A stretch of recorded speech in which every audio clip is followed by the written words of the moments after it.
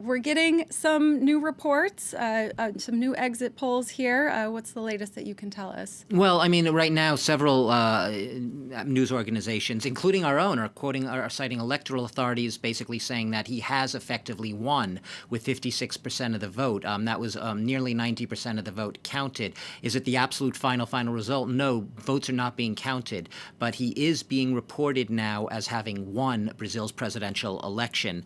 France 24 itself is right now reporting that he has won the presidential election. We do not have final results yet.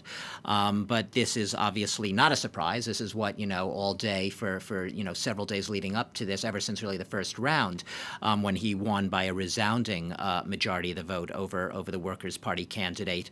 This has been expected, this result.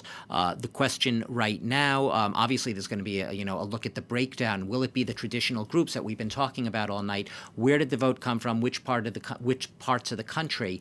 We had mentioned earlier that the very poorest parts of Brazil early on in the first round hadn't voted for, had tend to go for the Workers' Party candidate Haddad, Bolsonaro's rival. Parts of the Amazon also voted for Haddad. Most of the rest of Brazil, overwhelmingly most of it, voted for Bolsonaro. So it'll be interesting to see how have those trends all shaped up, how they fell in the various classes of society, how the business elites, the big landowner classes in Brazilian society versus more right-wing elements, the ones who are nostalgic for dictatorship, versus the evangelicals, he himself being evangelical, making an overt pitch to that sort of law and order on the crime front and family values, traditional family values, and even a lot of the women supporting him. It will be fascinating to see what percentage of the women in Brazil voted for a candidate who at one point told a female colleague in parliament, "You are too ugly to rape," a comment which is so astounding. It almost defies belief. But there were quite a few women